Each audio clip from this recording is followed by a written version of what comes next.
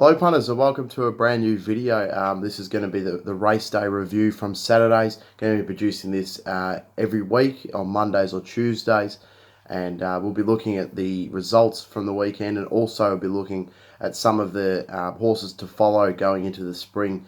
So look at the first race at Caulfield. We'll be, I of course in this race tipped Exaltara on top. It finished in 13th, just never really got a run on from the back, but some of the other horses I did have in the numbers, I of course did give a great chance to Pippi. I thought, just thought it might be a bit more speed in the race. In the end, controlled it pretty well, gave a fantastic kick, and boy, they had a real easy and soft win in the end.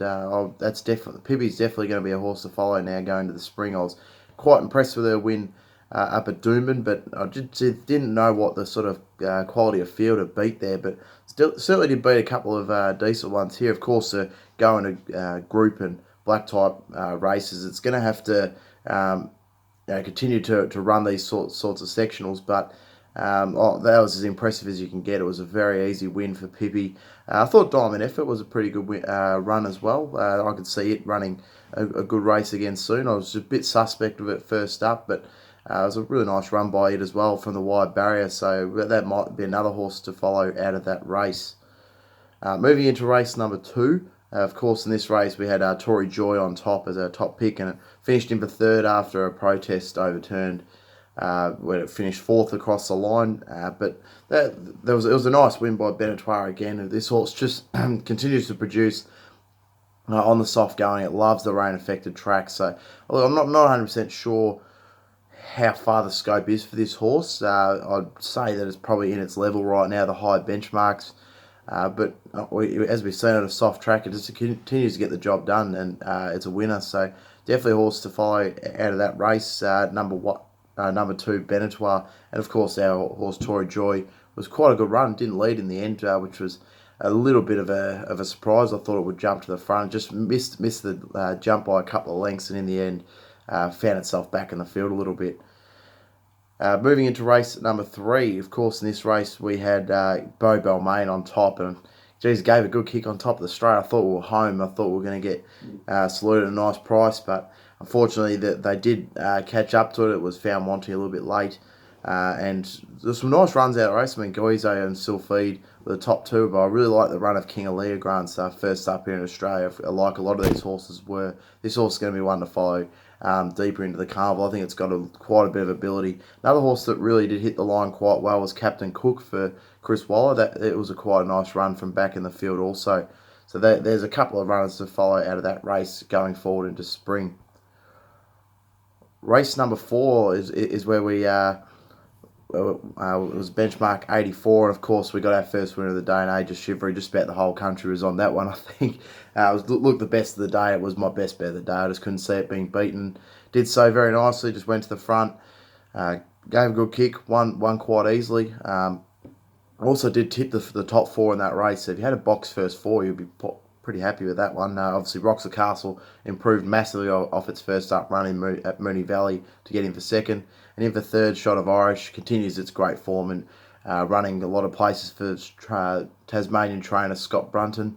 And then Five Kingdom also hit the line quite nicely. So I'd like to see Five Kingdom going forward. Might be one you might want to black book. I thought that run was really good from back in the field. It went through the line quite nicely, so that might be one to follow. But of course, Age of Chivalry will be following that into the carnival. I can't imagine it'll go around at big odds next time around.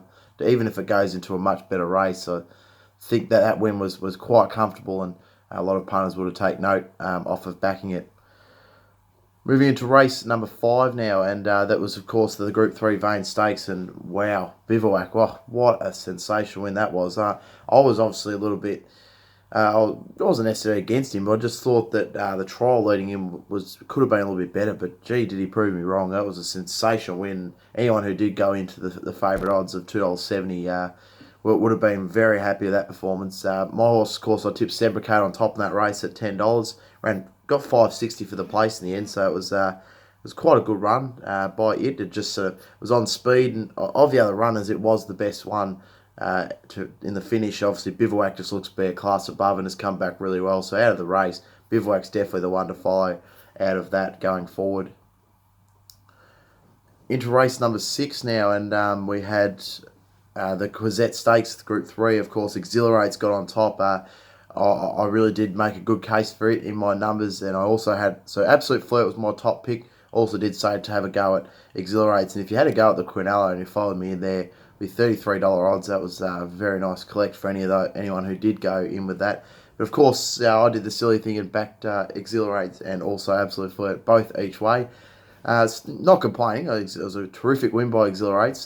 This horse looks to be back into good form, and definitely watching that into the future. When Absolute Flirt swooped around him and gave a good kick, I thought we might have been home there, but he got run down late. Not that I was too bothered, because Exhilarates was the one to run it down, and we of course had that one on in the numbers as well. Lyre was a good run. Was really coming into the race nicely late, so I'll be keeping an eye on Lyre going forward. Thought Excuse run was quite good for the Hazen Dabnik as well. It was a big step up in class for this horse. Only its second race start, and it was really went to the line well with Pin Second Lyre, who obviously were two of the better 2-year-olds last preparation. So quite like that run. Also, one other runner that I thought was really good, Lankan Star, who finished in 7th, really hit the line nicely. So you might be wanting to watch Lankan Star into this prep. I think it's got a win up its belt and a good race coming up soon. Moving now into race number 7, and of course this was the listed Regal Roller Stakes, and Be Good to Your Mother. Well, it did salute, and I was happy to go against it, and a lot of people did back it in, and it was a nice win in the end. Look, nothing really came from the back of the field. I mean, Behemoth was, for me, don't know if it would have beaten Be Good to Your Mother, but it should have finished a lot closer. It just had no luck in the run at all. Started towards the front of the field and really drifted right to the back, and really did storm home late. Was having to weave its way through, looking to lay in a little bit. It just was a horror show for anyone who followed me in on Behemoth, but unfortunately didn't even get him for the place. So he got him for 4th. I thought Fundamentalist was okay out of that. Obviously, this horse will be looking for further, looking for the mile. I thought it was a decent return, just sort of came under the pump at the top of the straight. Obviously, off over that short distance, it just wasn't quite ready to put in a sprint yet, I don't think, but it still went to the line quite nicely. So I'll be looking to follow Fundamentalist when it gets out the 1600 metres, and looking to follow Behemoth going forward. I thought that run was terrific from back in the field. And look, Be Good to Your Mother, no knock on it. It clearly shows when it hits the front, it takes a lot of catching. So Be Good to Your Mother might be one to follow as well going into the future, as it's proven itself now in a very good race. Moving into the Group 2 PB Lawrence Stakes, of course, Mystic Journey got the job done. It got the perfect ride by Anthony Darmani, and he made up for his ride on Behemoth. That was a terrific ride. He put Mystic Journey in the perfect spot, just peeled it out, went over the top late, and was quite a soft win in the end. Cliff's Edge, well, that was a good run, and I did think that horse could produce off the back of its first up run. Hartnell was pretty brave again. He hasn't missed a top 3 finish, and in the end he wasn't all that far off. It was only just over a length behind him, so he's in for a good preparation again by looks of it. Really like the run of Sikandarabat. I thought that was a terrific run. I mean, this horse, of course, is going to be looking for 2,000 plus, and that was a very good run first up over 1,400 metres, so that's definitely a horse to follow. The other one to follow is Mr. Marathon Man, who went around a huge odds. Really did attack the line well, so I'll be looking to follow those two into further races, and then obviously 50 Stars and Canedna were finishing off nicely as well, so they're two others that you'd be looking to follow into the spring over the further distances. So quite a few to follow out of that race. I know it sounds pretty obvious at a Group 2, but I just thought there's a lot that in that race that obviously are looking for further, going for bigger targets. So of course we've just got to keep an eye on those horses as they hit the line and how they ran in that race over the shorter distance. And I thought there was quite a few that were pretty brave efforts, and ones that we can look forward to going in the future. In race number 9, it was the Ladbrokes Odd Bruce handicap for the mares. What a terrific return by Grey Shadow. That was a big winner from the outside. Did like this horse's trial leading in. Of course, it was a good trial at Cranbourne, but I didn't have it in my numbers. I just thought that it might need the first up run, but that was a terrific win. This horse has proven to be in some good races, and should win a couple of nice races in the spring here. So be one to follow, I'd say, off that first up run. Miss Ono was great, but this horse very much race fit now. The biggest one to watch out of that race for me was number 12, Victory Kingdom. Of course, my second on top selection in the numbers. I thought of all the on-speed runners, it was the one who stuck on the best, and I thought that was a terrific run by it. Definitely be looking to follow it coming into spring now. And I thought, that was a terrific run. Of course, the Owl horse in that race cracked the code. A little bit disappointed not come back. There was clearly no excuses to come from the deep of the field as Miss Ono and and the winner, Great Shadow, both came from the rear of the field. So there's not really a whole lot of excuses there for Crack the Code, but we move on from that now. Moving into, we're going to move to the Randwick meeting, and we did have some nice winners there. I'll tell you what.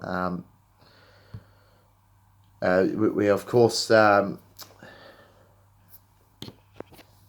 So sorry, looking at that first race at Randwick, of course, the Kensington Trackside, I just had to bring that one up there. The first race, of course, was the highway race. We had our on top pick was My Tagasan in that race, finished in at 9th, so a little bit disappointing run there. Of course, Toolin Rock won that. Toolin Brook. There you go, we got it eventually. Yeah, look, for me, there was nothing that really screamed out of this race. Of course, Doro was stiff again, but what I keep saying to this horse is that just continues to find the placings. So going forward, I mean, you could look at that run and go, gee, it was stiff to win, it should win next start, but it's been doing that its last few starts in highway races, so I'm not sure if necessarily you want to follow it in unless you want to back for the place, then I'll definitely recommend it. But moving into race number 2, in this race, of course, on top selection was Constellations. It just never really came on from the back of from deep in the field. It was a bit of a disappointing run. See Me Exceed, I gave that a good chance, and it ran a really good race at nice odds. But of course, Kunamara got the job done this time around after a string of placings. Really got in and won well there. For me, not a whole lot to follow out of that race. There's nothing that really struck me. Of course, Kunamara was very good. This horse is very much race fit now, and probably coming towards the end of its preparation, I would have thought. So moving into race number 3, and in this race, of course, our on top selection was Pandemic, and wow, what a terrific win. It found so much trouble, and Tommy Berry really had to work to get it out into the clear, but once it did, the turn of foot that it showed was absolutely sensational. It was elite. This horse is only in its second start. If you ever be watching it, you wouldn't be thinking that, because that was a really nice win.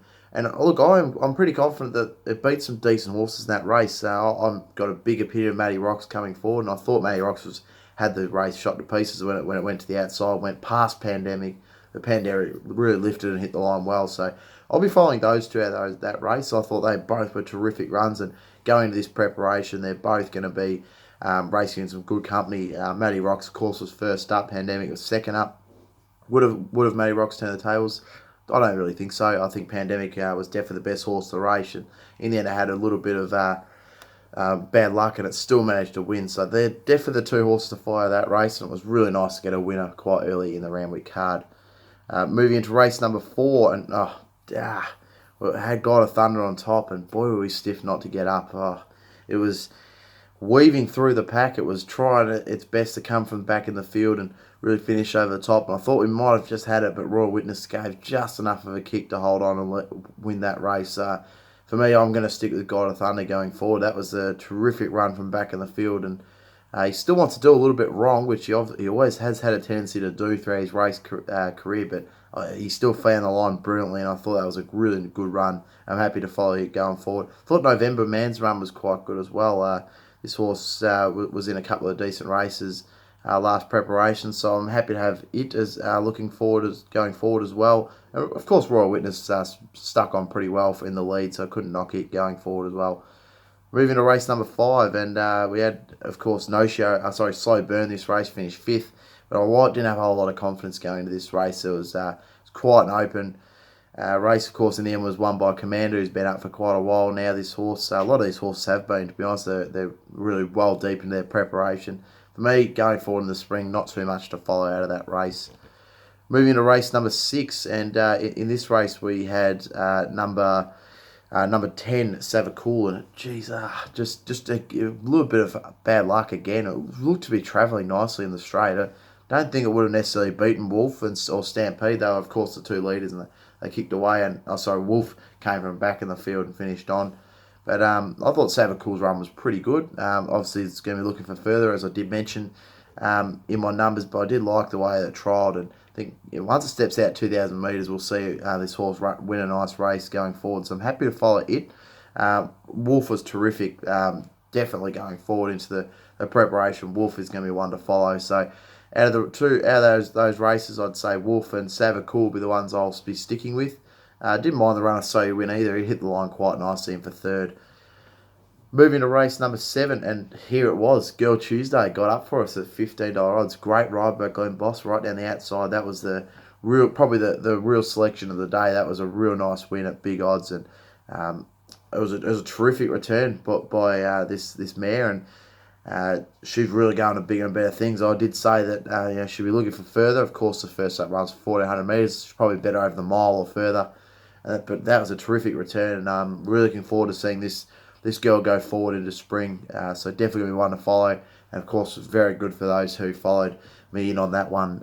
Would be extremely happy with that win. It was quite soft in the end. Another horse out. Look, Rens Day. I was expecting a little bit more. Was really well supported and it was well backed in a favourite. But so I might want to see something else of it before I look at it going forward. Of course, it ran alongside Girls Tuesday, and Girls Tuesday had it covered really, really easily. So, yeah, look, for me, Girl Tuesday was just the standout of that race. There's a few that could probably improve, but I want to see a bit more from, like, you look at the likes of Patrick Aaron, Fabrizio. They're definitely looking for a bit further. Etymology is the other one who'd be looking for further distance, and Sir Charles Rhodes. So a lot of these will be getting better over further, but I just want to see one more better run before I can lean you into following them into the Spring Carnival. Race number 8, Iron Vinny was the knockout in this one. It won a huge odds for Jake Noonan. Of course, in this race I had Venezuela. It was quite disappointing, really. It just never came on into the race, finished in ninth in the end, so we're not necessarily putting a line through it, but wouldn't be back at next start, I don't think. Did drift in the market, so the punters didn't know what they were doing there. Look, for me, out of this race, again, going forward into spring, it's some good races. I just couldn't find anything that really stood out to me that was a run of back me next start, or going into bigger and better things into the future. Moving to race number 9, and well, there's definitely a horse out of this one, and it was number 1, All Too Royal. What a return! It carried the big weight. I always had a bit of time for this horse, but I thought that with the big weight, even with Robbie Dolan's claim, I thought that it would be just wouldn't quite get into it first up. But gee, would prove me wrong. What a terrific turn of foot down the outside of the track to win. And that was a really good win. As I mentioned, it carried a lot of weight first up. This horse is really going to some nice things, and I want to follow it into the spring. Laburnum hit the line quite nicely in for third, unfortunately, because we had Talme as one of my best each way players of the day. It finished in for fourth. Talme just got beaten home by Laburnum, but Laburnum really hit the line quite nicely. So I was really impressed with it. Going forward, might want to be looking at that. Mr. Solman was crunched in betting, so be looking to follow it forward as well. I think that's going to be quite a good form race number 9 at Randwick. Moving now back to the around the tracks here, and of course we had a look at Morphettville, and we had a nice winner there, and we'll be getting into that very shortly. But looking at race number 1, first off at Morphettville, it was a benchmark 75. So look at Morphettville for me. The racing wasn't necessarily top quality, so not really going to look at too many going into spring out of that. But I'll just recap the results I had there. We had a great start at Morphettville. Dale Swinton got up in the first, paid $6.40 on the tote. Of course, tipped in at $5.50 fixed for the Hayes and Davenick team. So that was a very nice win by it. Then we moved into the second race, and we got another one. Of course, Jaguary tipped in at $5 on the Friday night. Got absolutely crunched on race day, and jumped at $2.40 in the end as a real short favourite, and won very easily. And I actually... there's not too many out of this meeting I want to follow, but this is one of them. This horse has done nothing wrong since it's come over from New Zealand, and it looks to have a little bit of ability. Look, I'm not 100% sure on the quality of the fields, but I mean, it's 2 runs over 2,000 metres in South Australia so far have been really good. It looks to have a bit of upside, and I'll be happy to follow it going in. I beat all these by 4 lengths, while albeit there's not too many of them that are necessarily standouts, I do think this horse has got a bit of ability going forward, and we perhaps could be seeing it racing in some decent company in the spring. Moving into race number 3 now, and in this race, of course, we had number 1 Social Spin carrying the top weight. It was looked to be a bit of a chance, but then it just never really came on into the race after that. So it was a bit of a disappointing run by it. Wouldn't be saying back my next start. Would like to be seeing a bit more from it before we can follow it into the future. And it wasn't. I mean, Vieira's run was quite good. This horse been up for a little while now, and Takia Time was not too bad. But for me, going forward in the spring, nothing really too much out of those that I would want to be going into in the future. But I could be proved wrong. I'm happy to be, but for me going forward, I just can't find myself backing any of them going into the future. Moving into race number 4 at Morphettville, and here was a maiden, a 3-year-old maiden race, and a 10 was quite good on the speed. Of course, our horse in that race, Favourite Things, got in for the place at $1.90, so not a bad run. It was just way too far back in the field. It was never going to be able to win from where it was. Thought Defiant Dancer wasn't too bad. So look, the top 2 did put a space in them. So if you're looking at a form reference, I think that the top 2 you can definitely follow in to the future. How far are they going to get into in terms of black type group racing? Not too sure, but I definitely think that they're 2 horses that you can follow out of that race going forward if you would like to back them in further into the preparation.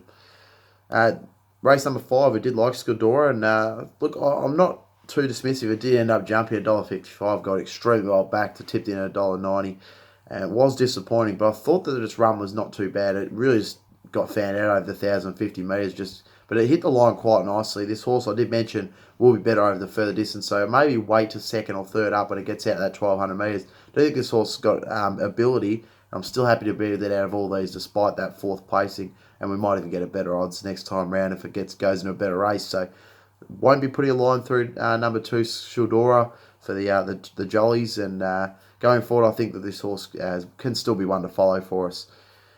Race number 6 now, and this was a benchmark 64, and of course in this race didn't have a crack in this race. And I was a little bit disappointed because if there was one I was going to have a go at, was Shop Till I Drop, and this horse really burst out of the pack and won nicely there. Again, look at benchmark 64 going forward into the spring. I'm not saying this horse couldn't improve off of that win, but neither or likewise with any of them. I'm not saying they couldn't, but for me, I'd like to be seeing maybe a win at a better class for Shop Till I Drop, till I can push anyone into following it into the spring. The Group 3, well, this was the Spring Stakes, of course, and Dollar Sun was the one who got up for us. It was paying nice odds. We got it at the $10 the night before and $2.20 the place, and saluted well. The Colts back again. The 51 kilos with Cal Clark on. I thought that might be the difference, and it was a really top win. And that first up to beat Scales of Justice, of course, smashed them at Caulfield to start prior. Waging War Dispatches, of course, won a Stradbroke. A Goodwood. That for me is really good, a really good win, and this horse is going to be one to follow in the future. It's only going to get better over further. I mean, that was a 1,200 metre race. I think this horse is a miler, so definitely one to follow. This horse is going to win some very good races this spring. So number 10, Dollar Sun, in race number 7 out of the Spring Stakes. That is the one to follow. No knock on Scales of Justice. It was quite good. Waging War was quite good as well. Dispatch just boxed on okay, but for me, Dollar Sun's definitely going to be the one to follow. Moving into the preparation, of course, Waging War will also be looking for a bit further, so pretty good run by it as well. Final race of the card, it was benchmark 64 at XLD here, and I thought we had the race won when it sort of ranged up to him, but it just couldn't get past Wanted by All. This horse just continued to give a kick for Talvorum, and it was a very good win by it.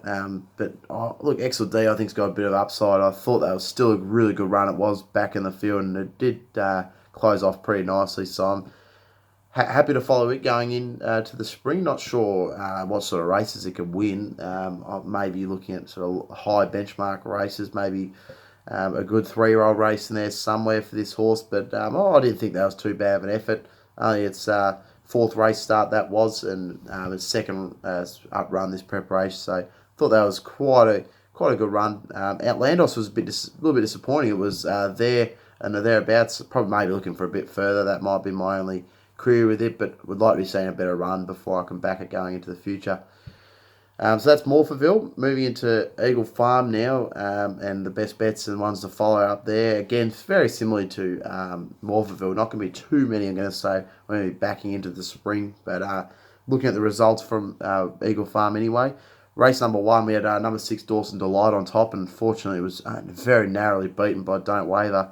It was quite a good run by Dawson Delight. Star Mission, of course, was really well backed in that race and was pretty disappointing. I did think that it was a bit under the odds, and look, I mean, we don't get a prize for coming second. I mean, did end up getting out to $6 and paid okay for the place, but we really would have liked the win there. But it was quite a good run by it. Moving into race number 2, and in this race we of course didn't have a go. Iwendo for me was a bit short, but and it jumped at $1.45 and really got the job done quite easily. Not sure if there's anything to follow out of this race that I'd be necessarily saying back me going into spring. Iwendo was quite impressive, but this horse bounced a little while. Similarly with Ocean Addict, this horse, of course, was the one that came second. Prior to that, it finished second behind Our Mantra. So, for me, that sort of forms a good benchmark form, but not really going into too much further. So nothing to really follow out of that race for me, unless you could back some going to the midweeks. We're talking about group racing and black type going to spring. In a race number 3, we had number 12, Nah, get in for the place. Tipped in $1.90 the place and got well backed late. Got into $4.40 from the $6 quote that we first tipped at. It was closing off nicely late, just couldn't run down the tenner, who gave a real nice kick in the lead and won nicely. But once again, nothing really for me to go forward out of this race. It was just another place here we had to lick our wounds. In a race number 4, and we had in this race, didn't have a bet in this race. I wasn't really too much. I was quite keen to have a go at, but Epic Girl won that race, and New Horizons finished in for second. But once again, for me, that was a Class 6, and those horses around that mark probably can't see them going into too much going forward. Race number 5 didn't have a go on this one either, but Red Chase was extremely well backed and it saluted nicely for those who got on it, so that was a nice win. And it won really easily in the end as well. I actually think that of some of the horses out of this race, it was a Class 3, but that was a really impressive win. Might be worth following it into this preparation. Looking at its past form, I would say that obviously this was freshened off 3 weeks, but it has been up for a little while, this horse, so I'm not sure how much further to go into, but that sure was an impressive win, and it landed the plunge for the punters.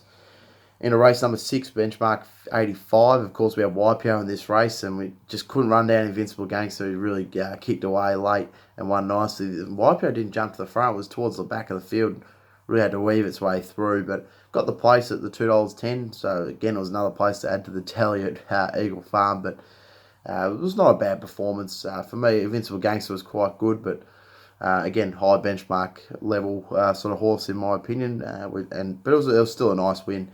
We did finally get our first win at Eagle Farm, and it was number 1, Looks Like Elvis. His horse improved off the back of the Coffs Harbour Cup, where it was beaten by Love Shack Baby there. And it was a really nice win. It just sort of peeled up on the inside. It was a good ride by Keel and just popped through, finished off nicely. And it was a really good win at $4.40. This horse again is not a bad horse. Don't know necessarily if it'll go into group or listed level races. Wouldn't tend to think so, but it has got a bit of ability. Looks Like Elvis. It's a pretty nice horse to follow. Moving into race number 8 and at Eagle Farm, and this was of course a open handicap race, and it was won by Kubis. In this race, we did like Sort of Justice, but it was scratched out of the race, so we didn't have a runner in this one. For me, look, Kubis and Monsieur Gustave, that they obviously battled it out in the end, but for me, it's just nothing too much to follow deep in the spring. You can follow them if you're looking to I guess have a better Eagle Farm in the future. Of course, their carnivals are run and done now in terms of their group racing, but it was a nice win by the winner, and the second place a little bit unlucky, might win next start, but besides that, I wouldn't really follow too much of them. Moving to race number 9 at Eagle Farm, and it was number 7, Sienna Rose, who was one of our best bet at Eagle Farm. It saluted to finish off the day quite nicely. It really charged over the top late, sit back in the field, and went right over them, and it was a real nice win to finish us up there. At Belmont, we were no good. It's going to be played flat out there, but I thought the win in the Newmarket by Willie Pike's horse, so I'll have to find that one. Yeah, so that horse was great again for Lindsay Smith. I thought that was a really good win with Willie Pike in the saddle. Multiverse, of course, out on top selection, finished in for 3rd. So we didn't get the place dividend there in the Newmarket. But yeah, I think number 5, great again. That was a really good win. in their listed race over there. That might be a horse to follow going forward in WA racing.